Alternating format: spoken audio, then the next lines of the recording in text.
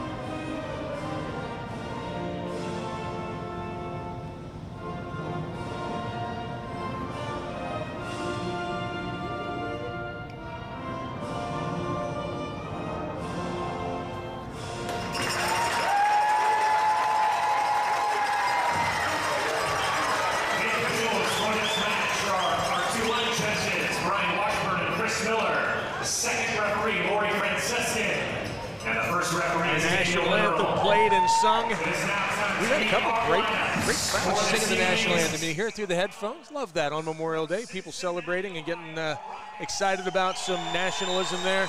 Let's go ahead and take you through the starting lineups for tonight's matchup. First, for St. Vincent-St. Mary's, their lineup looks like this. Number 2, Mike Walter.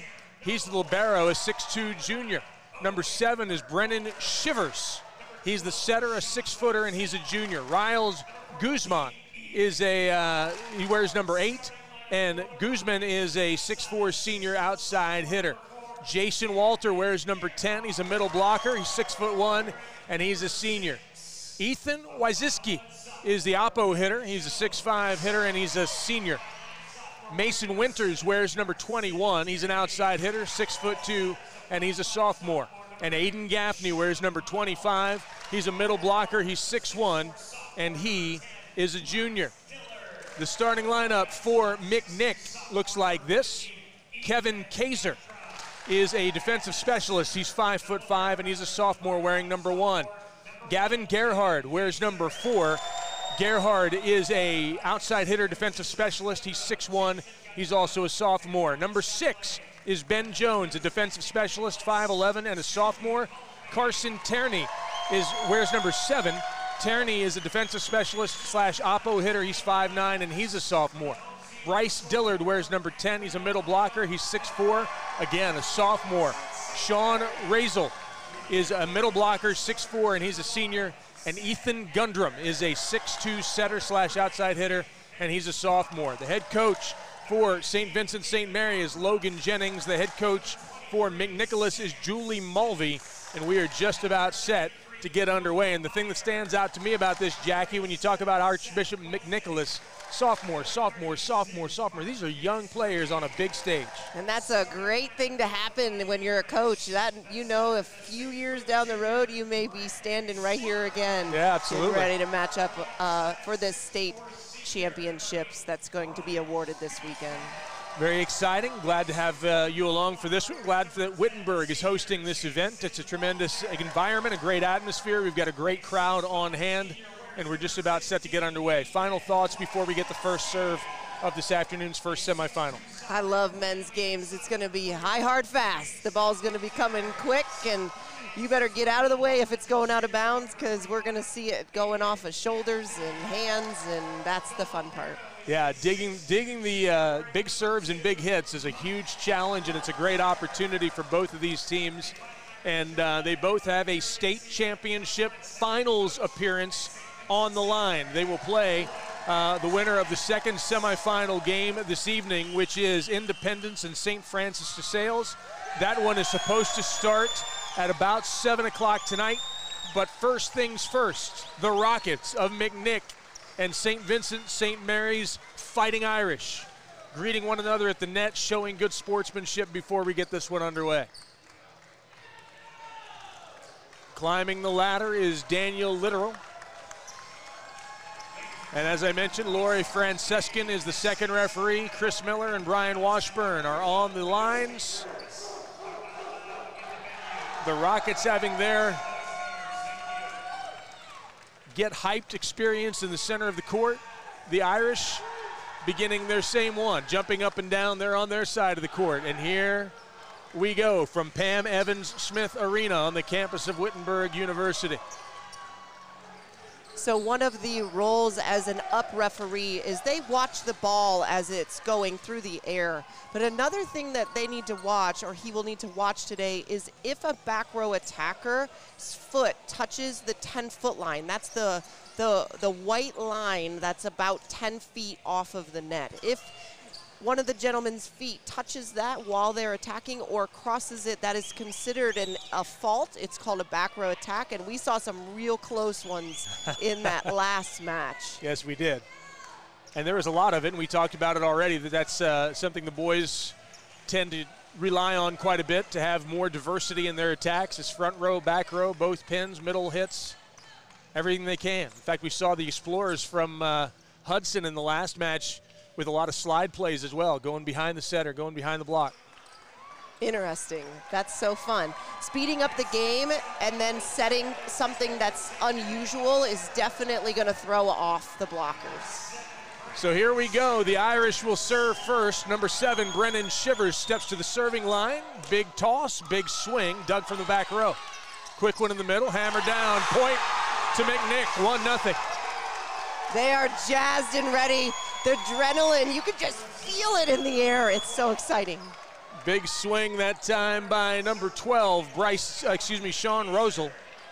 And now the serve comes over to Kevin Kaser. Kaser is a defensive specialist, the libero, in fact, wearing the alternate colored jersey. Back set, big swing, out of bounds, no touch. So McNick quickly up 2-0. Yeah, and he was looking for hands as he was doing that. That's an actual play that you try to do. It's called tooling the block. So I foresee him fixing that real quick. Quick one at the net, got a joust, covered. Back set for the Irish. Long swing, out of bounds, no touch, and McNick is up quickly. Yeah, that's one of my favorite things to see at the net is when you've got somebody going up and looking around for where they want to hit it, and then you've got blockers who are responding at the same time. You know, it's just an amazing cat and mouse game. Outside, big swing, and that one's down. Nicely done by number 16, Ethan Wyziski. So we talked about earlier how they have to get the ball to the floor fast, and that's exactly what they did there, working on angle shots. And then we've got our player to watch serving in the back row. That's Riles Guzman. The ball cleared the net, but we have an Irish player who touched the net, and so that's going to be a side out to the Rockets. 4-1, McNicholas has the advantage.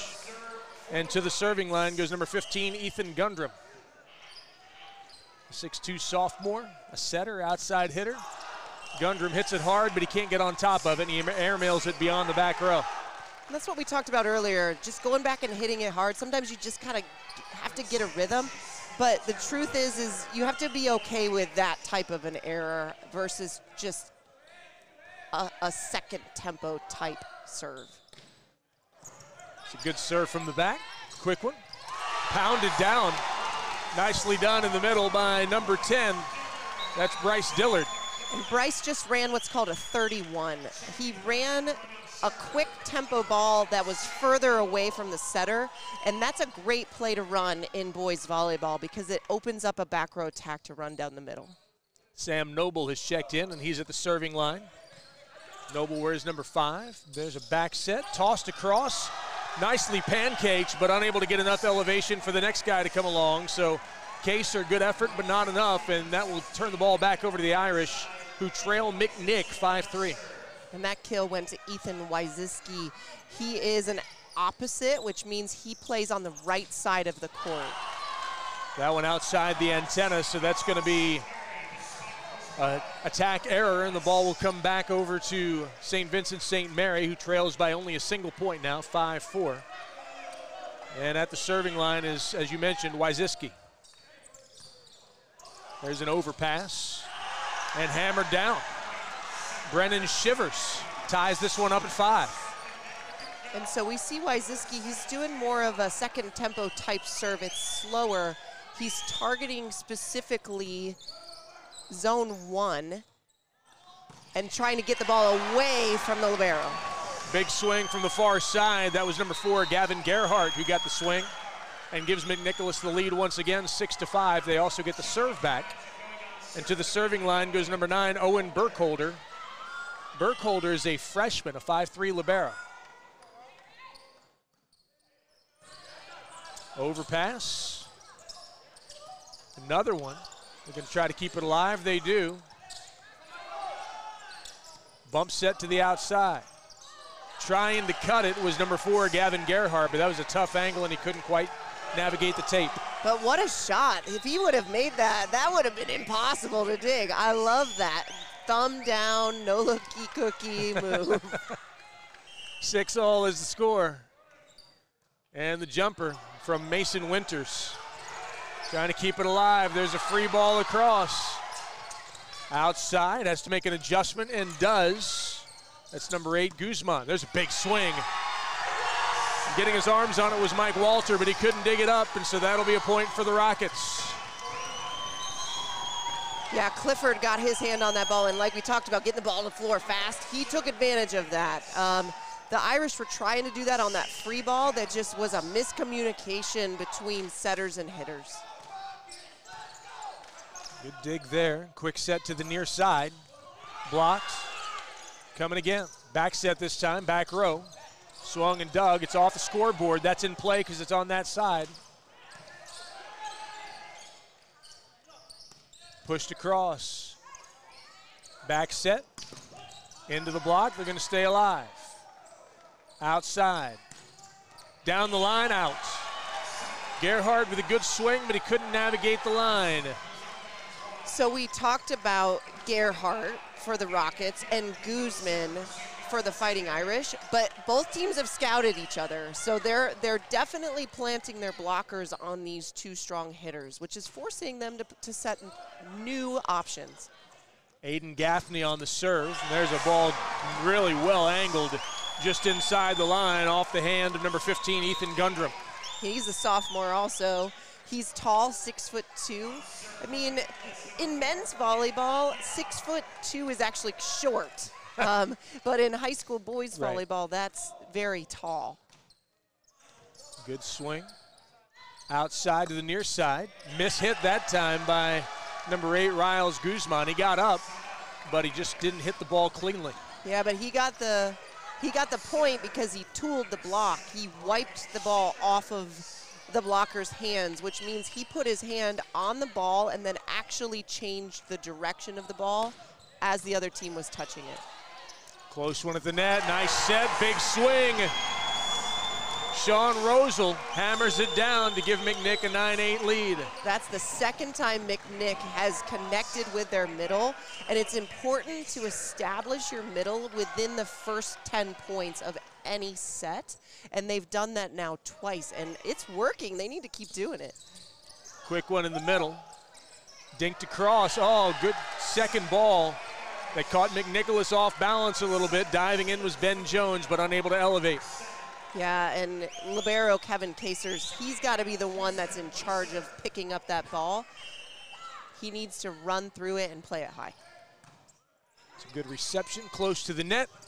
A joust won by number 16, Ethan Wazinski.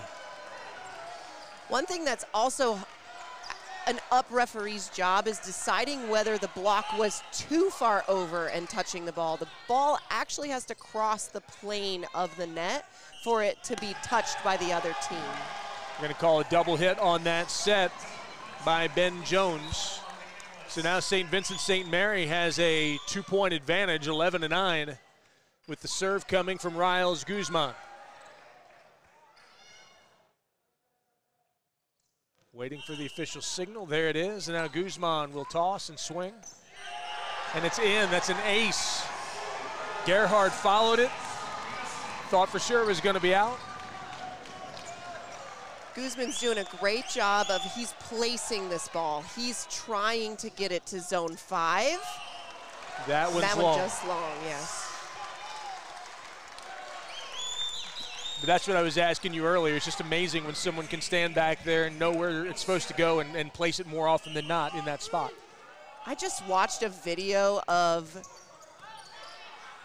the guys actually try to change the direction of their serve where girls don't. It's very interesting. It was the video, they were like, you've got to put a thumb down sometimes and then make the ball curve. So, I mean, some of these guys really try to amp up their serve. The Irish hit the ball wide, and there's a serve that responds with a service error. Ethan Gundrum misses the sideline, so it's 13-11. St. Vincent-St. Mary on top.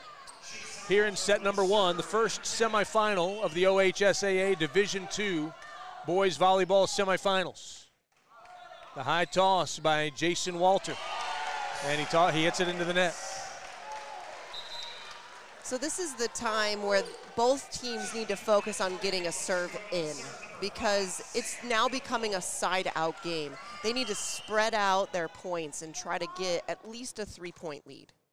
Sam Noble hoping to do that for his team.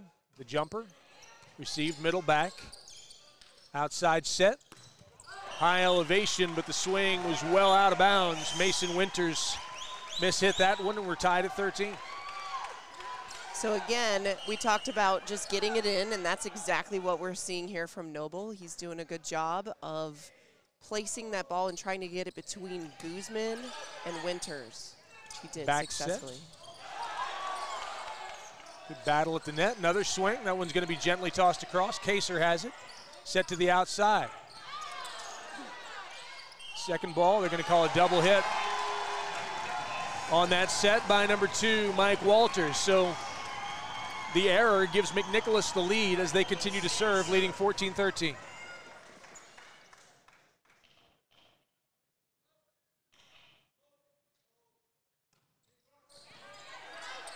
Good reception, back set, pushed across. Walter digs it, trying to hustle, unable to get to it. On the second ball was Ethan Gundrum, so that'll be a side out. I think he expected the ball to be a little higher, and he should have called help. If you say help as a setter, somebody steps in and delivers a high hittable ball to somebody. Kaser with the reception, bump set to the outside, swing, cross court, that's going to clear the net. And received by Jay Clifton, but he couldn't do anything with it.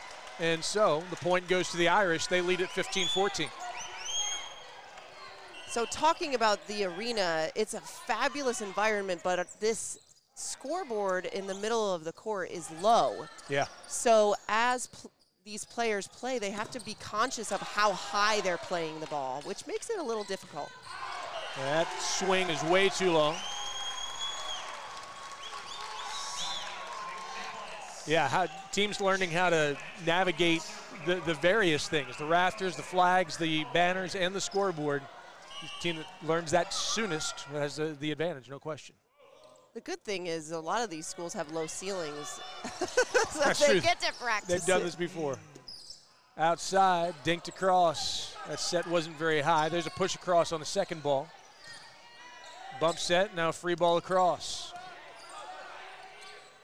To the back row, big swing. Nicely done. Riles Guzman gets up and hammers it. Yeah, he's starting to get his rhythm, and the setter's starting to also get a rhythm of getting the ball to him to the tempo that he wants. So it's starting to click. 16-15, the Irish on top. That one's off the lights. Oh, off the lights twice, and then a collision between two players. They do get a free ball across. Quick one, off the block. Bump set, pushing it. And that'll be a point for the Irish. Yeah, there was no touch on that. McNick didn't touch, or excuse me, the Irish didn't touch it when McNick was trying to send it over, which ends up being 4 contacts for the Rockets. Gavin Gerhardt checking to see if he's bleeding from the lip after the contact with his own teammate. Push across, that's a point as Brennan shivers. I love that play. That's called a setter dump. When they go up and they look like they're attempting to set a hitter and then using their left hand throw the ball to zone 3. Classic, love it. 3-point advantage now for the Irish. Set to the outside, big swing into the block. And the Irish get another point. As off the block it hit a Rocket and went out of bounds. So that brings us to our first timeout on the floor. St. Vincent-St. Mary 19. McNicholas 15. This is our first chance to catch our breath. What are your initial reaction or your initial impressions of this first set? I think the Fighting Irish are definitely sticking to the game plan of making sure that number 4, Gavin Gerhardt, is not successful on his attacks. They're slowing down the balls that are coming from him, and one way you can slow the game down is by making sure your block at least touches the ball. Because otherwise it's just going to come too fast and it's hard to react. Gerhardt certainly has had troubles in this first set. He's got 1 kill on 9 attacks with 4 errors. That's negative 333. And that is not ideal. I think McNick in this huddle right now is talking about we need to probably get the ball to the middle. That's where we were the most successful. So let's have a good first ball contact and try to get the ball either to a 31 set or a 1 set. So out of the timeout, both teams back out on the floor. Mason Winters to the serving line. His team leading by 4, 19-15. Winters skips forward. And a touch by Gavin Gerhardt as it goes out of bounds, and that ball would have gone out of bounds had it not been touched. There's definitely a momentum difference as far as energy goes right now. The Irish are just excited and fun, and it seems like the Rockets are kind of getting angry with each other. If they can change that mentality, they can be right back in this. Quick one in the middle, hammered down, and it was received. It was dug by Winters, but he sent it flying into the stands, so the point goes to McNick. They trail 20-16, but they get the serve back. And again, that middle attack is what worked.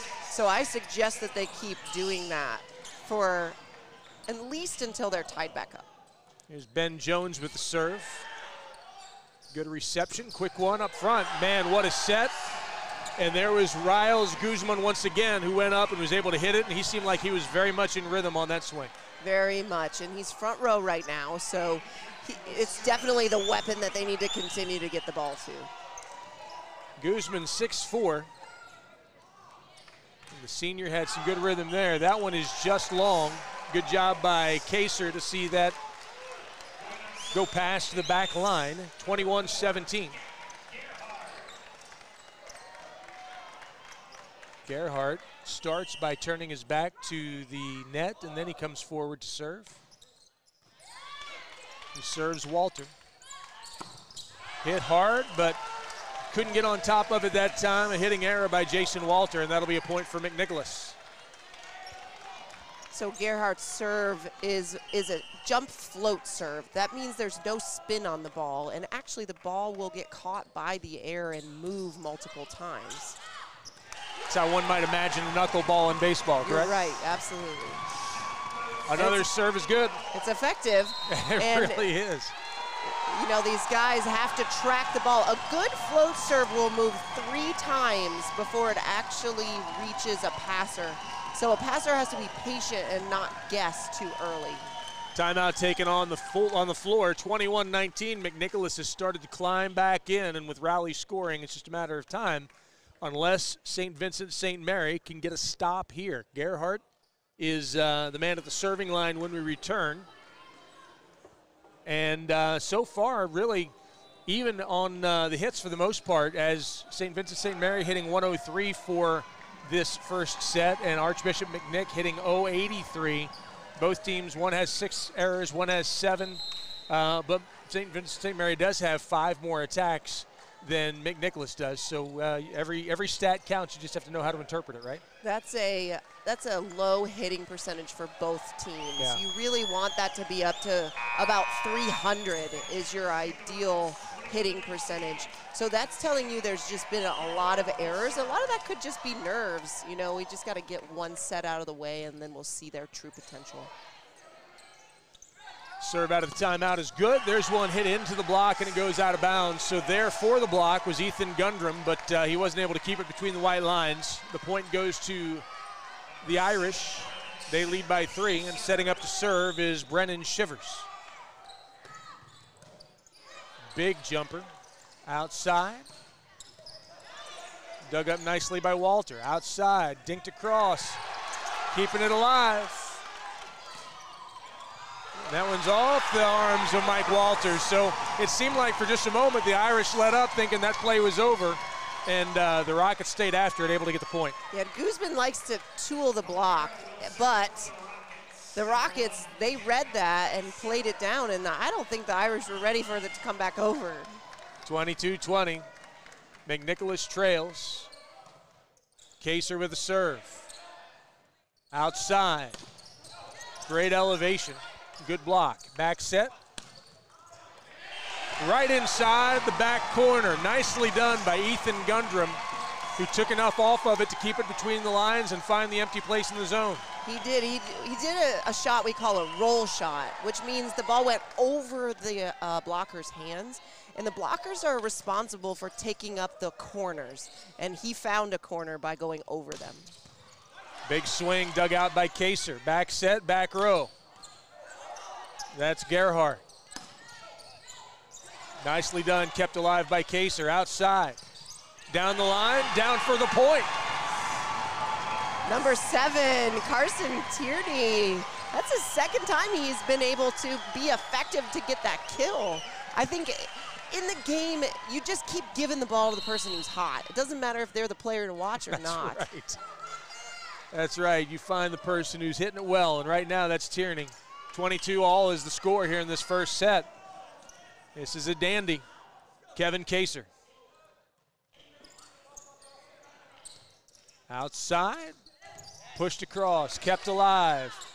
Good set. They're going to free it across. Bump set. Pushed across on the free ball. Kaser. Near side. Big swing into the block. Point for the Rockets.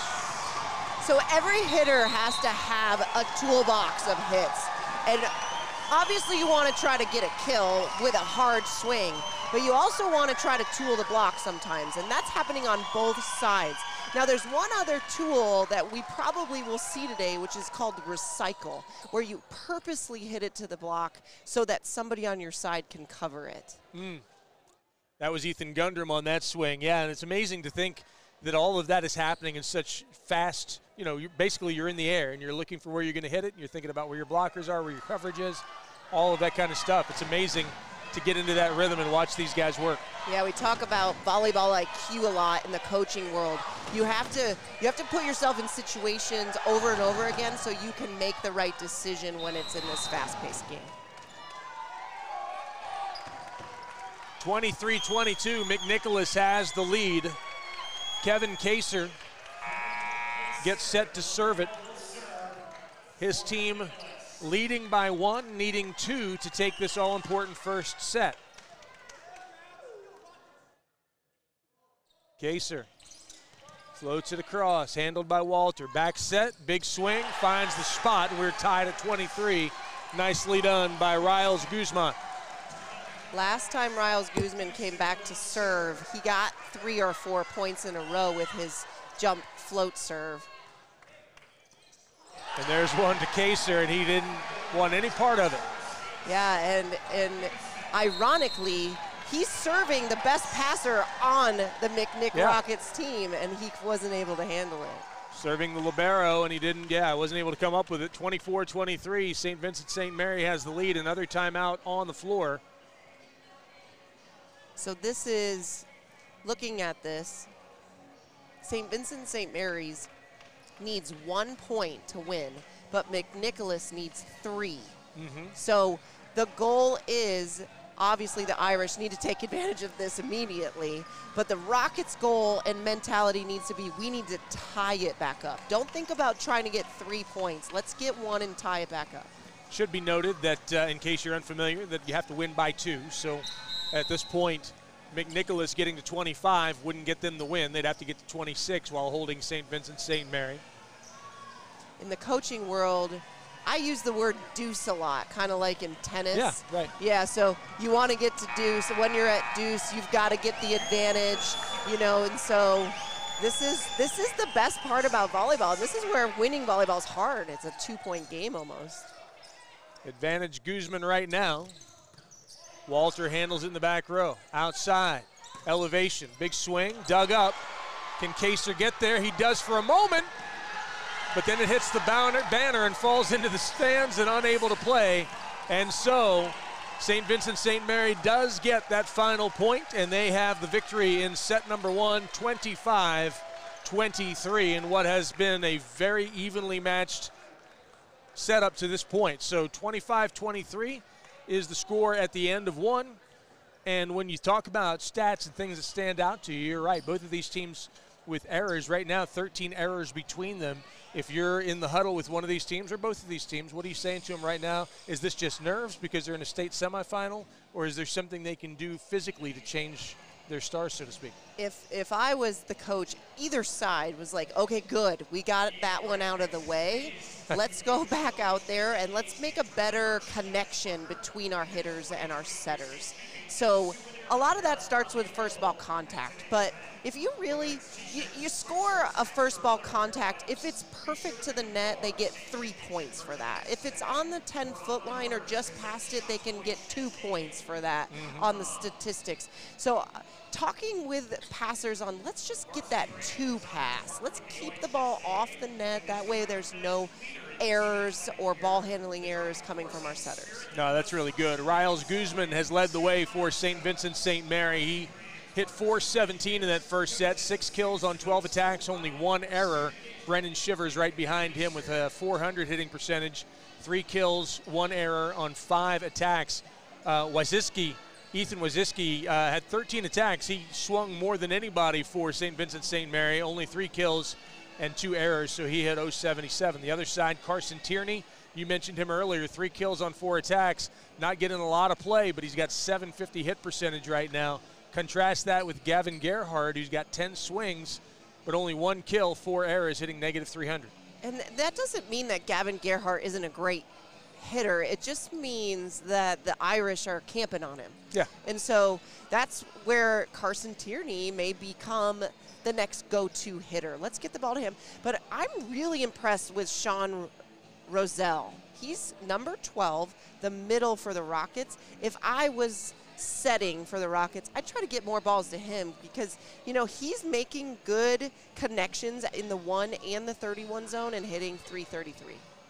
Yeah, 3 kills on 6 attacks, only 1 error. Roselle doing the job Elsewhere, you've got service aces, 3 of them for St. Vincent-St. Mary's versus 0 for Archbishop McNicholas.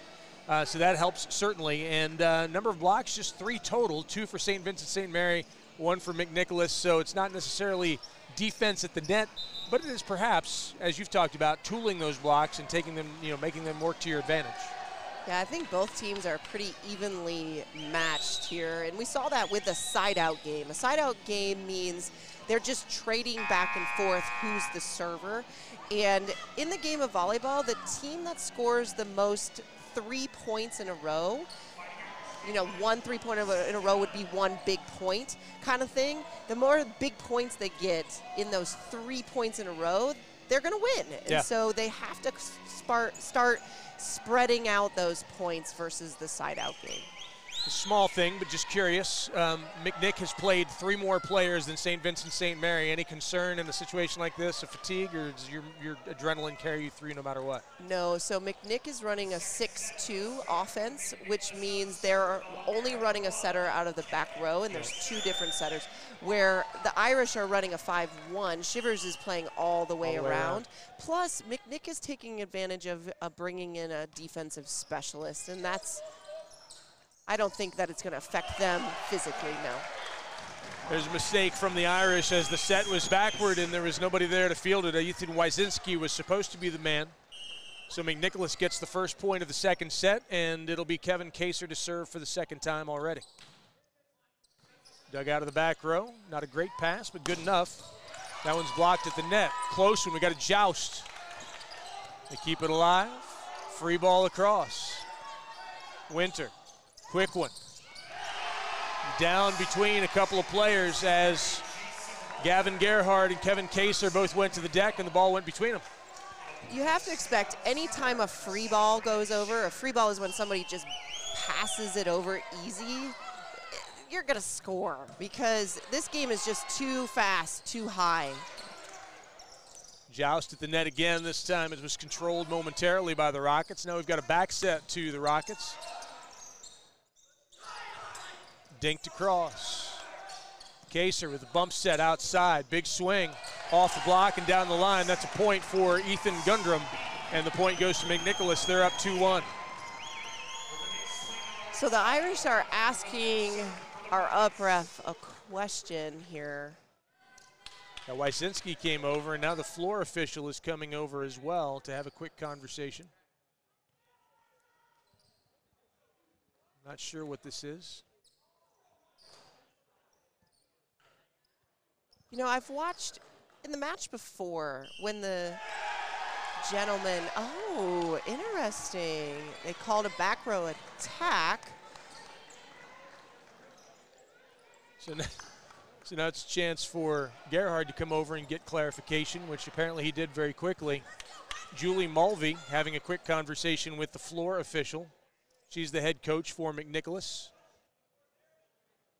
So instead of the Rockets leading 2-1, they are trailing 2-1, and the serve, when we commence, will be Brennan Schiffers. So most likely what happened is the back row attacker touched the liner, was over it, or the setter used his hands and set somebody who hit it over. And the setter at that point would have been the libero. There's a free ball over that number 21, Mason Winters, thought he would for sure have that ball land out, and it didn't. It landed right on the line, so the point goes to McNick, and they get it back.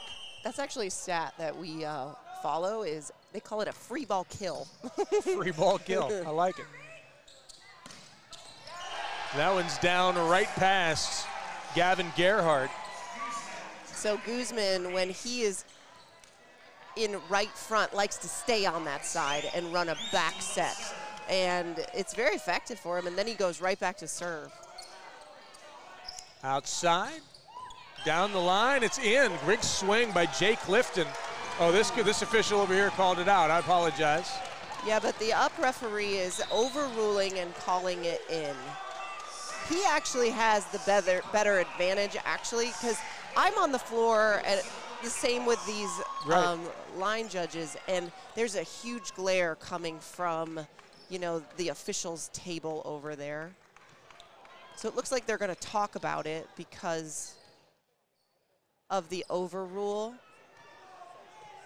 A lot of times, the second referee and the up ref have like ear communications, right. like electronic communication. They can just talk to each other without having to cross the net, but it looks like they don't have that today. So we're tied at 3, and the serve comes back to McNicholas. It'll be Sam Noble to do the honors. Noble serves. Back row, big swing. Oh, my goodness gracious. Riles Guzman from the back row, elevated, hung up there, and found a place to hit it. So the Irish ran that bick that we talked about earlier. It's basically a first tempo set out of the back row, and what made it so effective is they have ran a first tempo set out of the front row at the same time. So as a blocker, you have no idea who it's going to.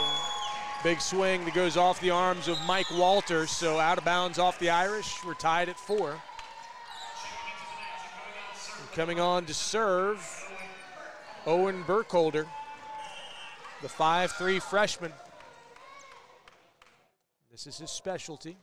Jumper, and he hit that one too far. Could not get on top of it, didn't get enough spin. Yeah, and that he is the serving specialist, so it does feel bad when you're the serving specialist and you miss it, but if you're gonna go for it, you might as well go for it. That went off the top of the tape, but crossed the net. Big swing, that's into the block and back. So it was a good swing by Jay Clifton, but the Irish get the point and lead it by 2, 6-4. Now, Wyszynski on his last serve hit the net, and so that's legal. It's called a let serve, but it doesn't change the call. They just play it. That ball lands on the Rockets side of things. The player from the Irish had his arm fully extended over the net, but didn't make contact with the ball, so no harm, no foul, 7-4.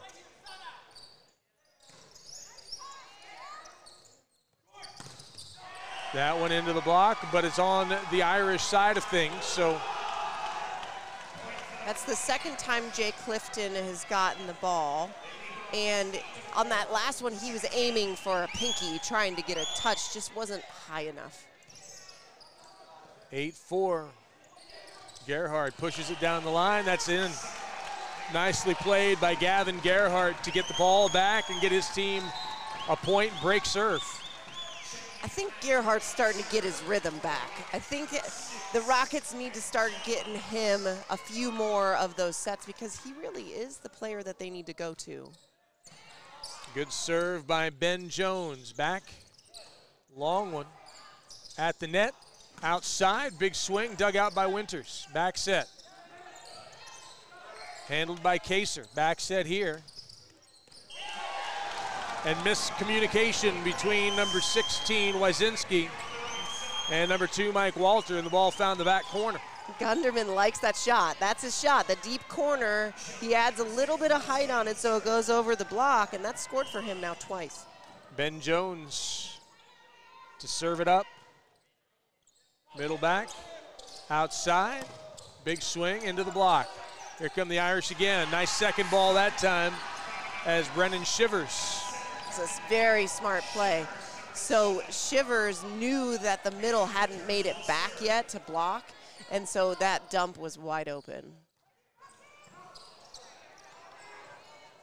Bump set to the outside. Big swing hung on to. Walters comes up with it.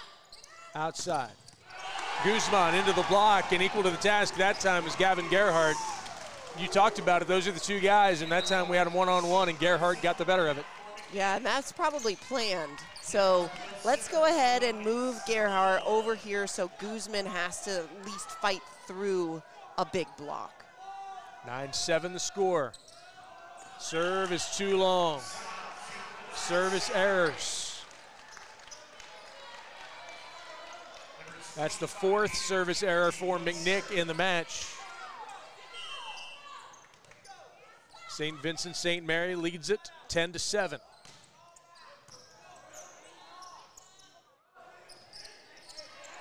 Punched it across, outside. Well cut by Guzman. Yep, just getting the ball to the floor fast. That's all they're doing. The set is a lower set, so that takes the blockers. They don't have enough time to get out there, so it's called a go set, and he's just able to get the ball to the floor faster. Pushed across to the back corner from the back row. And they can't handle it. Kaser hits it into the net, and it didn't come off true, and so the point falls to the Irish. They lead it now by 5, 12-7, with Aiden Gaffney, the man at the serving line. And this is where you want to be. You want to have that 5-point spread. It just makes the game more comfortable. That's a big swing right there out of the middle. Number 12, Sean Rosal. We talked about him in the first set. You know, he's doing a good job. He's taking care of his role, and he's available every time for that set. He makes his way to the bench and to the serving line is Kaser. Back set, back row, blocked. Good effort in chasing it down by Mike Walter, but it went off the arms of Mason Winters and went the wrong direction. 12-9, McNicholas climbing back in. Kaser has a very effective serve. Every time he's back there, you know, he's doing a good job of preparing and then placing the ball where it needs to go. To the outside. There's the bump. Outside, far side. Off the arm of Mike Walter, and a little momentum for McNicholas now. They've cut the deficit to 2. So Tierney, you know, he stepped up and is playing a great game. He's now the outside hitter in the front row for the Rockets, but then we also have Gerhardt middle back for that Bic or pipe set. There was a dig by Mason Winters, but he overpassed it, and there to hammer it back was Ethan Gundrum, and he got a huge hit, giving them a point, cutting the deficit to 1, and causing a timeout to be called by head coach Logan Jennings of St. Vincent-St. Mary. Yeah, so Kaser, every time he's back to serve, he's getting a few points for the team, and the Irish know that. They right now are talking about, we need to take care of this first ball contact and make sure Guzman's ready and open for the attack. Do you like this timeout here? You've a little momentum. You want to try to break that rather than let them get even or even get behind before you call the timeout? Yeah, actually, I would be trying to ice the server at this point. Like, hopefully we'll get a service error. We call that a coaching point. This timeout hopefully will result in a side out because of a service error. 12-11, St. Vincent-St. Mary has the advantage, but it's been Kevin Kaser who has served several times in a row now. There's a lot of people in the world who feel that liberos shouldn't be able to serve, that the middle should be serving. And hear me out, like somebody who's taller and has a pretty hard swing should be somebody that's pretty effective on serving. But you can see here today, Kaser is very effective as a libero server. That went off the block, it goes out of bounds. So not exactly a service error, but they still got the side out, which is the ultimate goal. 13-11, St. Vincent-St. Mary's has the lead. And to the serving line goes the setter, Brennan Shivers. High toss, big swing. Good cross court. Overpass, and there to dunk it home was number 10. That's Bryce Dillard. Yeah, second overpass from the Fighting Irish. And, you know, an overpass is like getting a $100 bill for free. You know, it's like, ba-boom, I'm going to bounce that to the 10-foot line. Thank you very much. Overpasses and free balls make you salivate if you're on the receiving end of them. Keeping it alive. Down the line, point good for the Rockets. And they've tied this up at 13. That's the third ball that the Rockets have sent deep right back corner. So as a team, they should make note of that and continue to do that. High toss, Gundrum with a big swing, way out of bounds. It was wide of the antenna, didn't even come close to the line. 14-13, St. Vincent-St. Mary on top. And Riles Guzman, the player to watch, trying to take advantage of this opportunity. Outside set, big swing, near side. Kaser got a hand on it, but it was a nice job by Mason Winters, who hammered it home for the point. Boy, but the Irish passed that ball pretty tight. They need to continue to try to look for that 2 pass so that there's no more overpasses. Back set, off the block, kept alive, back row. Nice up, dinked across. Kaser, back set, into the block, Kaser, back set, into the block and down. That's a point for the Rockets. Sorry, it's a point for the Irish, excuse me. 16-13. Couple out-of-system plays there where the liberos turned into the setters. That's a drill that they work on a lot in practice because typically you're not getting a great pass or a great dig, so somebody else may have to step in to help. I would imagine, too, that that's most important with a 5-1 system because of a 6-2, you've actually got 2 setters on the floor at the same time if you choose to do that way. 16-14, St. Vincent-St. Mary with the lead. Served by Sam Noble. Quick one in the middle. It's going to be a net violation against the Rockets, and so the point goes to the Irish. They would have gotten the point anyway. 17-14.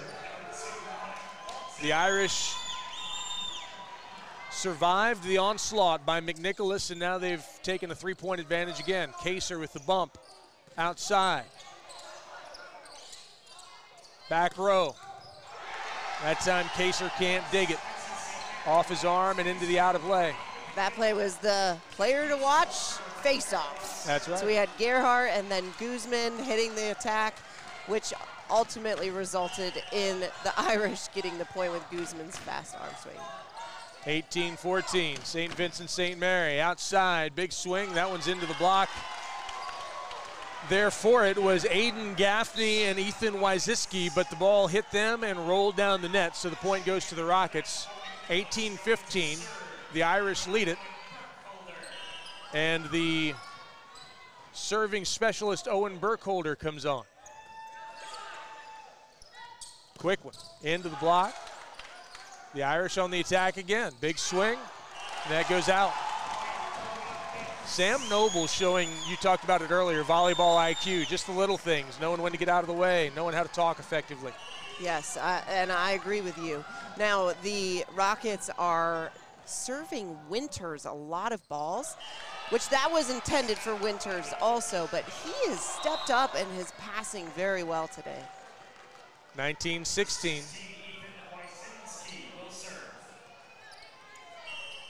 Yeah, he really has. I mean, they've stayed away from the libero for the most part.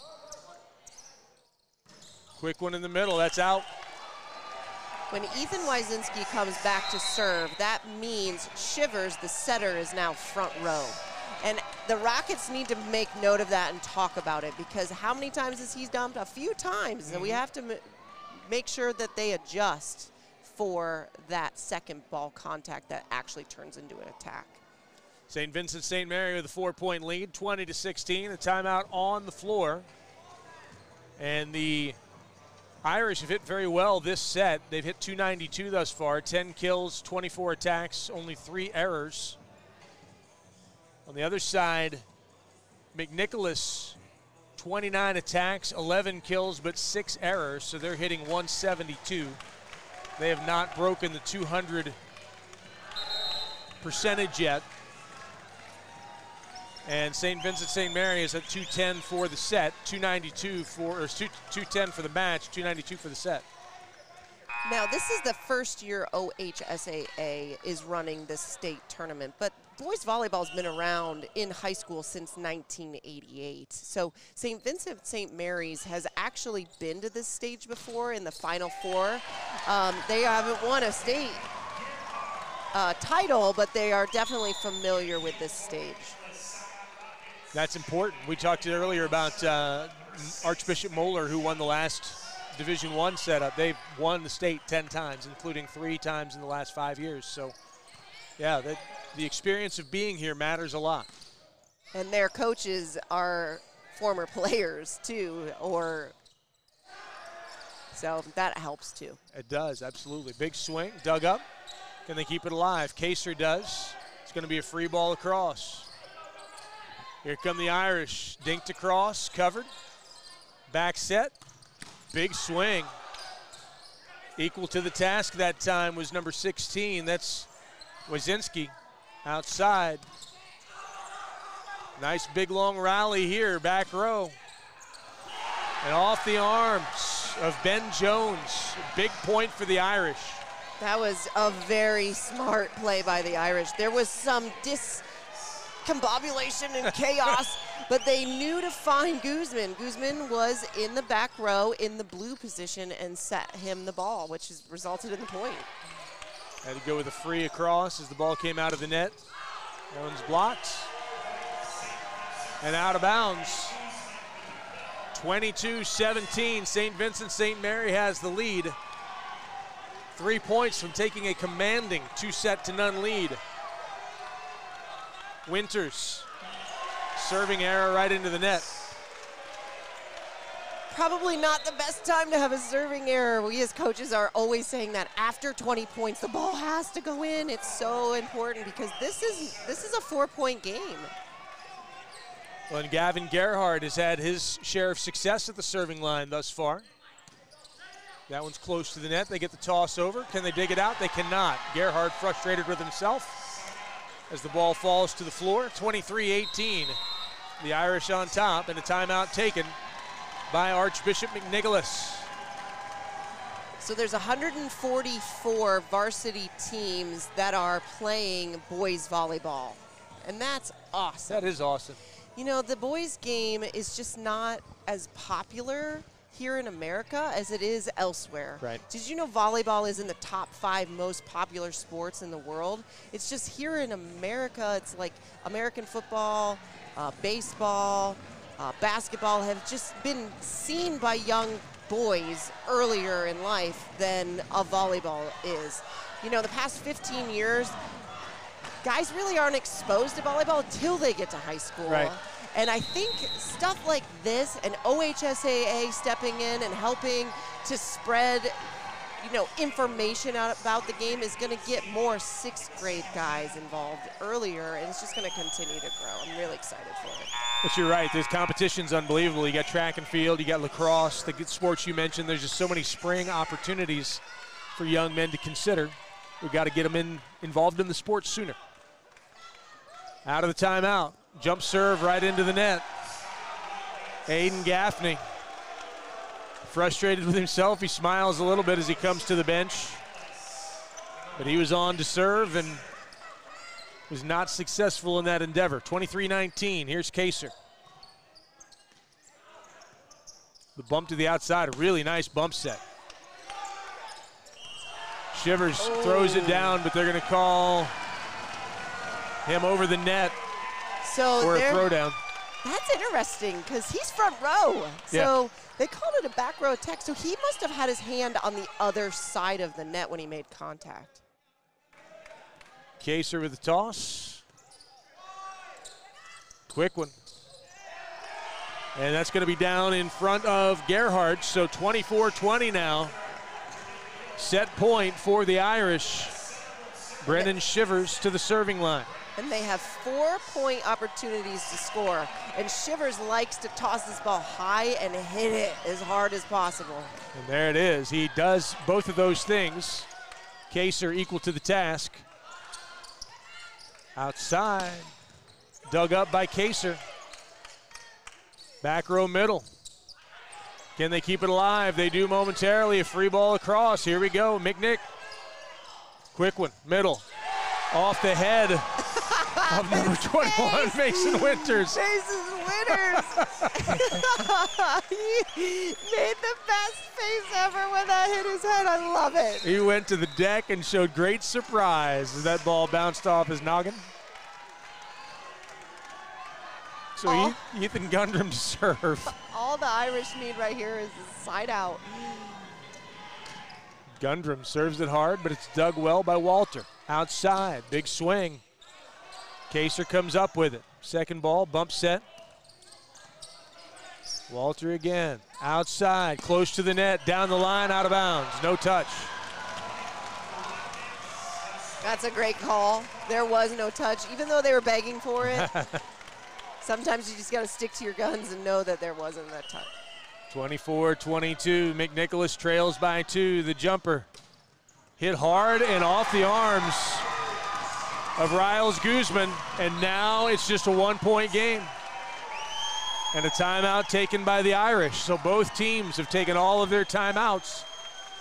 Now there's something to say about the word confidence. When you're losing by 2 points and all the other team needs is a side out to win, and Ethan Gunderman can go back there and just bring it.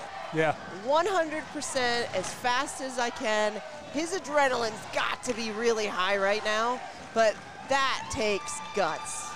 Yeah, big high toss, big arm swing, and any mistake costs them the match, or the set at least, and instead he's cut the deficit to just 1, 24-23, and we're in the same spot we were at the end of the first set.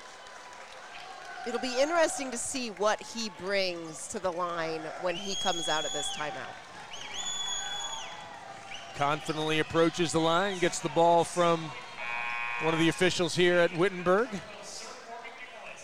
And Gundrum set to go. A deep breath, a high toss. And he serves it too long. And that ends set number 2, St. Vincent-St. Mary. 25-23, 25-23. They're up 2 sets to love. That means that McNicholas has their work cut out for them, as they now have to win 3 in a row in order to advance to tomorrow's finals. The most important set, though, is set number 3. It really is a momentum shifter. If the Rockets can come back and win this set 3, they're going to own the momentum for the rest of the match. No question about it. You talk about Carson Tierney, 5 kills, 11 attacks. He's hitting .455. Gavin Gerhardt, though, is 22 attacks, but only hitting .045, so they've got to figure out a way to get a few more kills, a few less errors from Gerhardt, who's their stud. For Riles Guzman, he's hitting .370, leading the way for St. Vincent-St. Mary on 27 attacks. He is your go-to guy. Yes. So they're doing these fun games between, I love this. I think get more fans involved with playing the game. He's trying to hit that banner 3 times in order to get his gift card. He's got one more chance to do it. He's very excited about his opportunity. The whole team is cheering him on.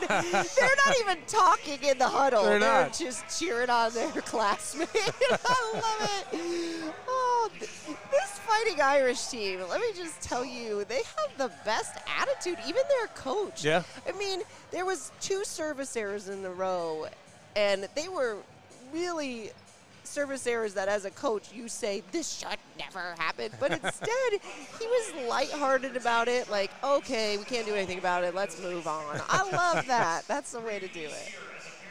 Even his tennis shoes have the St. Vincent-St. Mary green stripe on the side. They've got it all going. They got it all working here this afternoon. 2-0 is the lead for the Irish.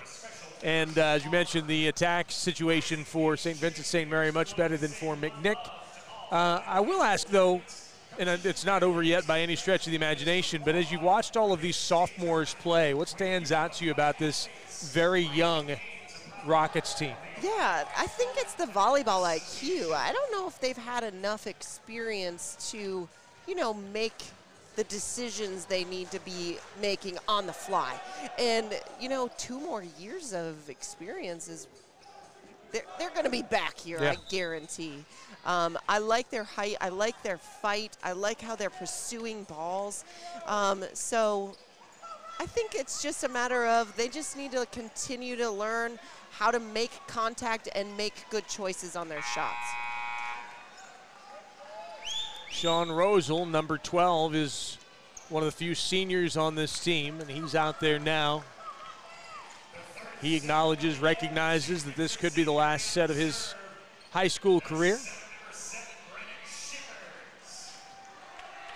But first up to serve is Brendan Shivers for St. Vincent-St. Mary's. He has a jump topspin serve, which means it looks a lot like a front row attack, where it's got big topspin. That one was off the tape. We've got a net violation against number 10 for St. Vincent-St. Mary. That's Jason Walter. I'm surprised there aren't more net violations, because when you're up there and you're trying to reach over the net to take the ball from the other team, I would imagine that these guys would touch it more. I'm surprised. Reception in the back row. Quick set to the near side. Swung, nicely cut and down. What a hit by number 16, Ethan Wazinski.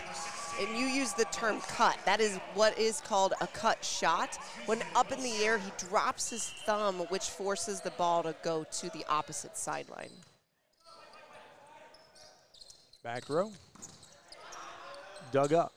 Quick set to the near side. Pushed across. Kaser with a bump set. Down and good for Ethan Gundrum. He got 2 balls in a row on that play. The first one he hit cross court, and then was smart enough on the second one to drive the second one down the line. Very good decision making. You want to not be predictable for sure. There's a bump set. Going to keep him behind the white line. Back set. Big swing. Clifton with a good swing, and now a little confusion as Wazinski and Winters both watch the ball fall between them. I'm glad that they got Clifton that ball. He had a few hitting errors. I think he just needed a rhythm. I mean, after he landed, he was so excited. Back set into the block. They keep it alive. Bump to the outside, pushing it across. Walter, back row off the touch. Overpass, and that's going to be handled and put away by Wazinski. So he used a 2-hand block to do that, and what we teach athletes in volleyball is to redirect, but a different way. Don't go straight ahead, and that's exactly what he did, and that ball went to that floor really fast. Short serve, second one pushed. Back set, down the line, it's good. Nice swing by Mason Winters, and we are tied at 3. I bet he's the clown on the team, because every time he hits, he's just fun. And he was also the gentleman who had the ball hit right on top of his head. Funny. Outside set. And there's Jay Clifton again. Swing from the far side, finds space in the back row. Yeah, so he's getting his rhythm. And so as a setter, it's probably a good idea to continue to get him the ball. If he's got a rhythm. Here's Sam Noble.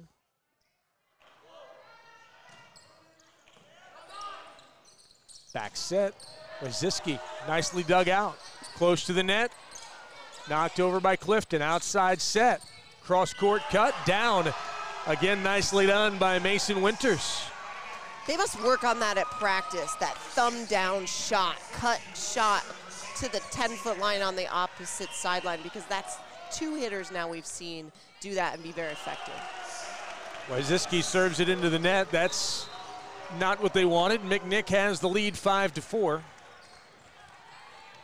Kaser comes off, and going to the serving line is Owen Burkholder. Burkholder, the 5'3" freshman, serving specialist. He tosses, he serves. Back row. Quick, into the block, kept alive, pushed across. Bump set. Walters has it. That one into the block, and again, nicely done by Mason Winters, who's really hit his stride in this third set. Some miscommunication, though, over on the Fighting Irish side. They tried to run a back row attack with Guzman, and it didn't work out. But they did a great job of just going with the flow and changing it up. Serves back row. Back set. Clifton into the net. Side out to St. Vincent-St. Mary's. 6-5, the Irish have the advantage. Independence and St. Francis de Sales will be the nightcap coming up around 7 p.m. Cross court. Outside, big swing.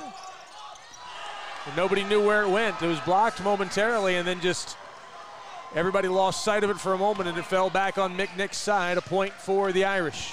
That happens a lot in men's volleyball because when they jump to block, they're so high, they almost have to duck their head and shut their eyes so that they don't get hit in the face like that. It just happened. Blocked out of bounds, so the point goes to St. Vincent-St. Mary's once again. They're up by 3, 8-5.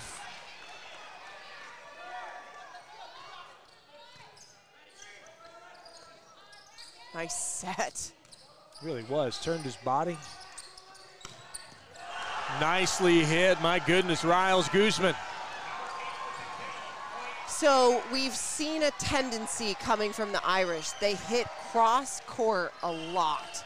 So the Rockets need to adjust their block and bring it in slightly. Force them to hit it down the line. Outside set.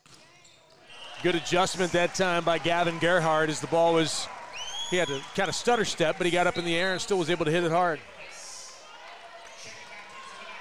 The Rockets don't seem phased by a 3-point lead or a 3-point deficit in their case. You know, they seem to creep back up, especially when Kaser goes back to serve. Guzman, Kaser comes up with it. Outside, Gerhardt airmails it. The point to the Irish, 10-6.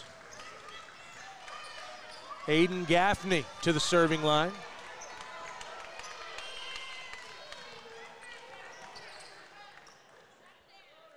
Gaffney with a jumper.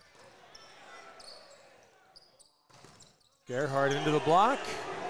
Can't recover quickly enough to dig it. And the point goes to the Irish once again. And all the momentum. And once you get a block, you own the momentum until the other team can trade a block for it. 11-6. Irish on top. Overpass. Back row. Kaser stays with it. Back set. Big swing out of bounds. The Rockets seem to be having nothing go their way right now. The last 5 or 6 points have been all Irish. Yeah, their teammates are relying on Gerhardt to help get him some points. He's just struggling a little bit, but he does need a little bit of a rhythm. So it doesn't mean stop setting him. It's just maybe set him somewhere else, a different type of set. There's a big swing by Gundrum that goes down for the point and gets the serve broken and gets the ball back to Gavin Gerhardt, who steps to the serving line.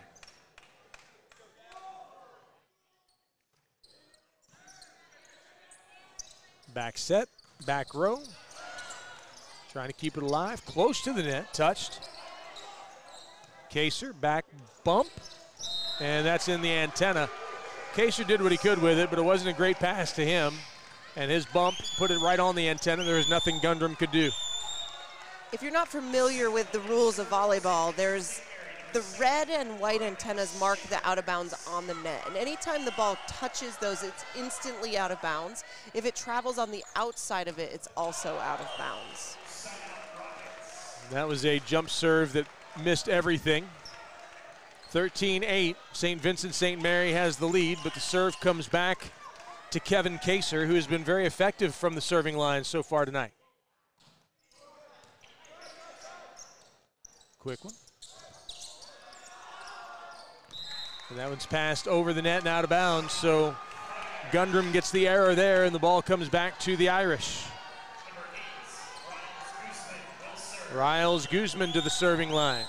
His team leads by 6.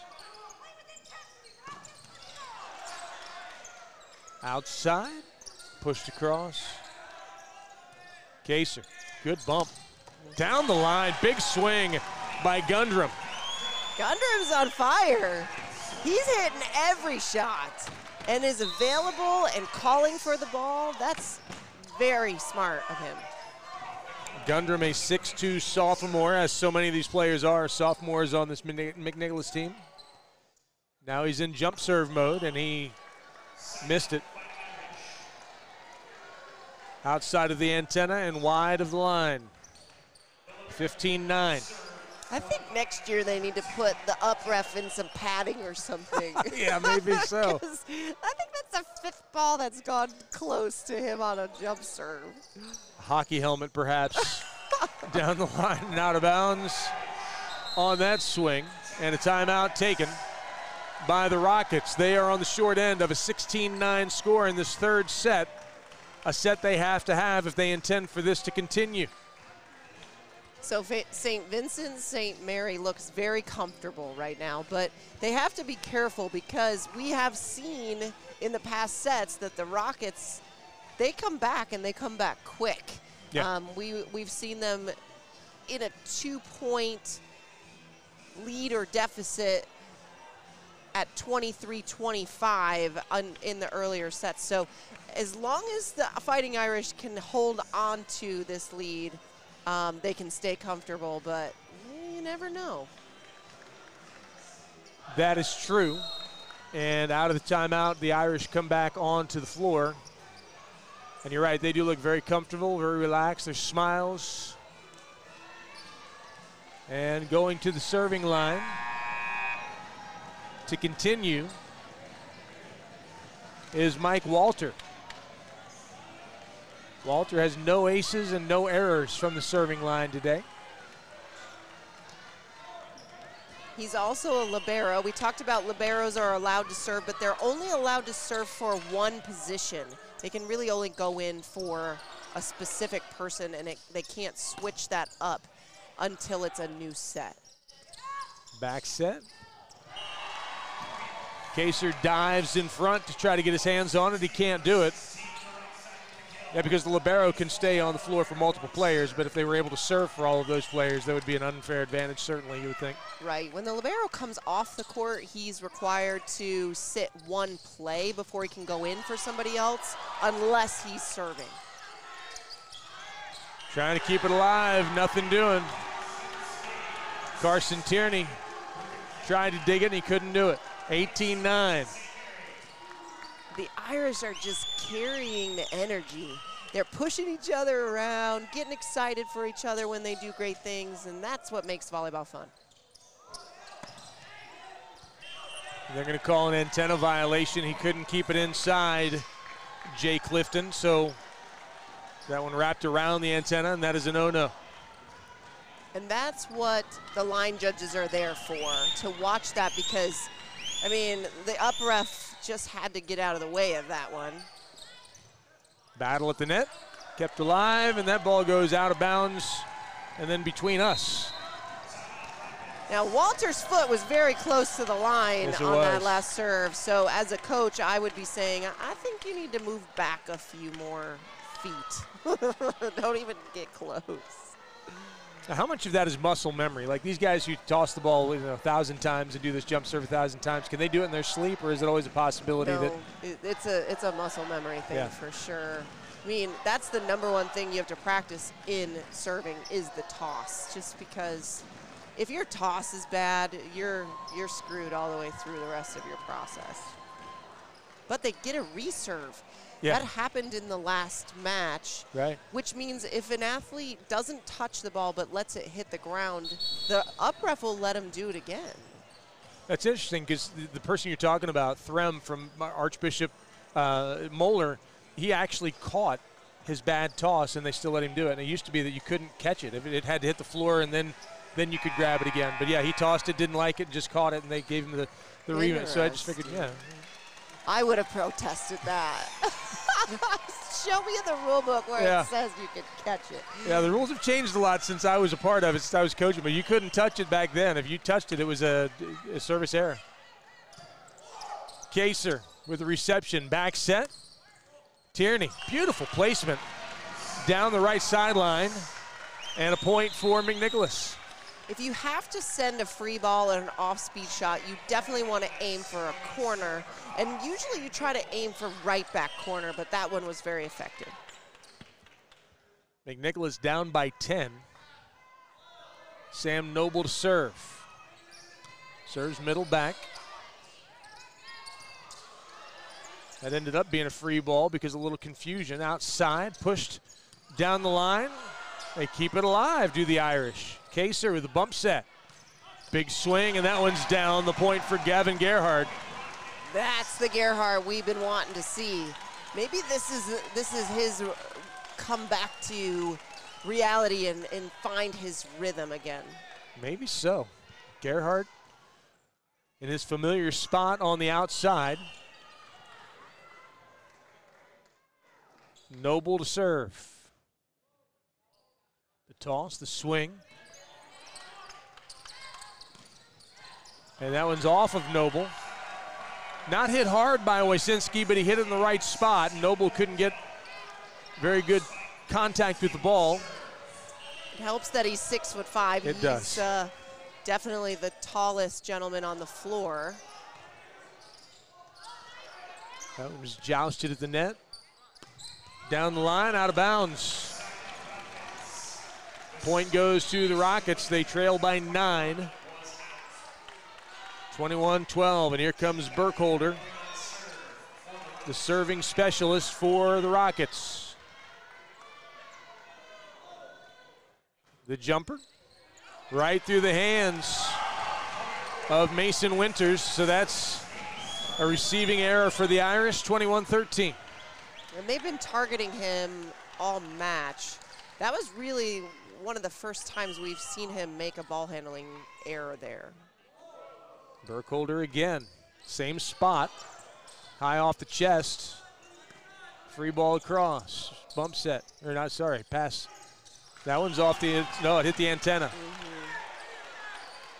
They're going to fight this, and this is what they're going to say, that the ball hit the Irish hands before hitting the antenna.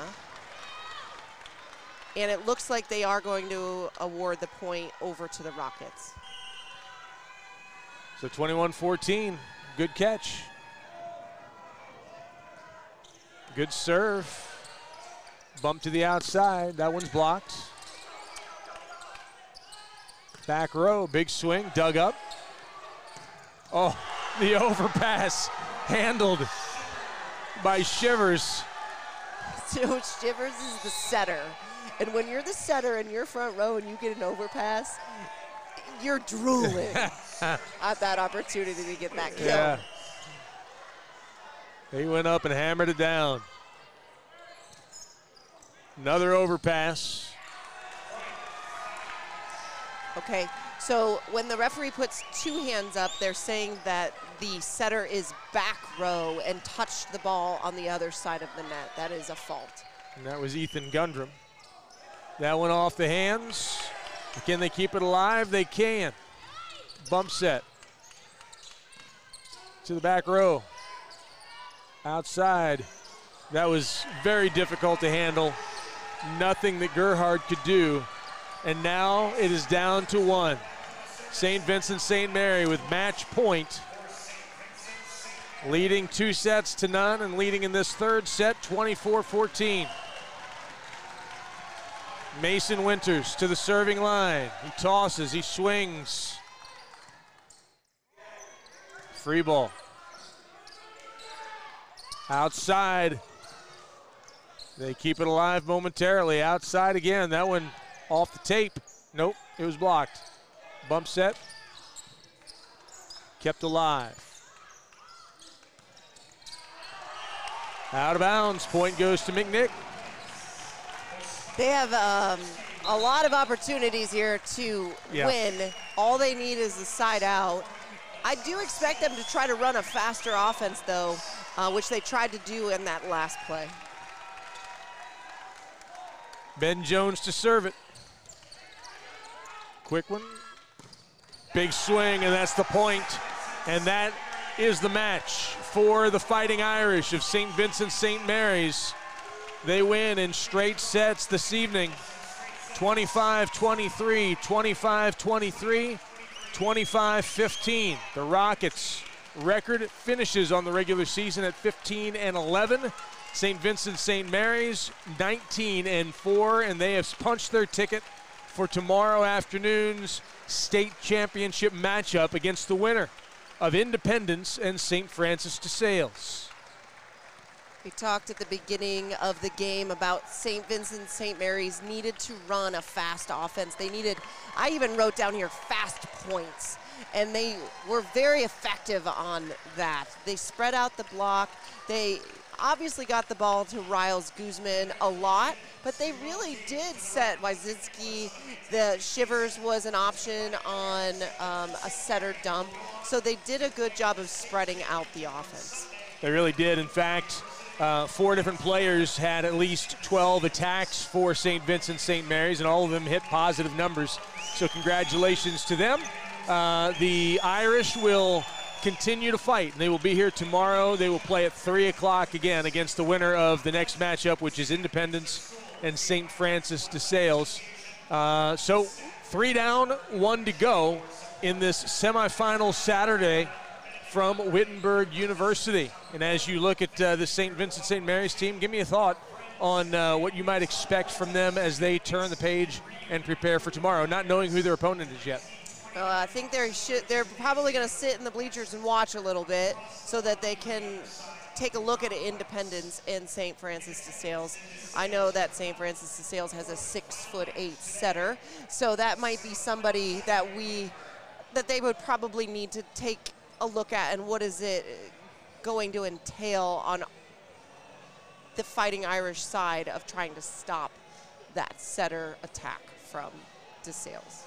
It's going to be exciting. It's going to be fun. They get a little bit of time to rest. There's one more game in front of us, and we hope that you'll stay with us for that one as well. 3 in the books, 1 to go. The final score this evening in this 3rd set, the first of the Division II semifinals. Archbishop McNicholas falls to St. Vincent-St. Mary's 3 sets to none, 25-23, 25-23, and 25-15. The Rockets, lots of sophomores. They will be back, certainly you would think, based on how they've played throughout the course of this season for St. Mary's, St. Vincent-St. Mary. They're not finished. They will be back tomorrow afternoon. It is now 6:38, so the next match is supposed to start at 7 or 30 minutes following this one. They have not yet started the 30-minute timer, so 30-ish minutes from now, you can come back and join us for Game 4 of the afternoon as Independence and St. Francis de Sales get set to do the nightcap for us here from Wittenberg University. Until then, for Jackie Klein, I'm Chris Selwecki. Thanks so much for listening and watching. We'll catch you in just a little while.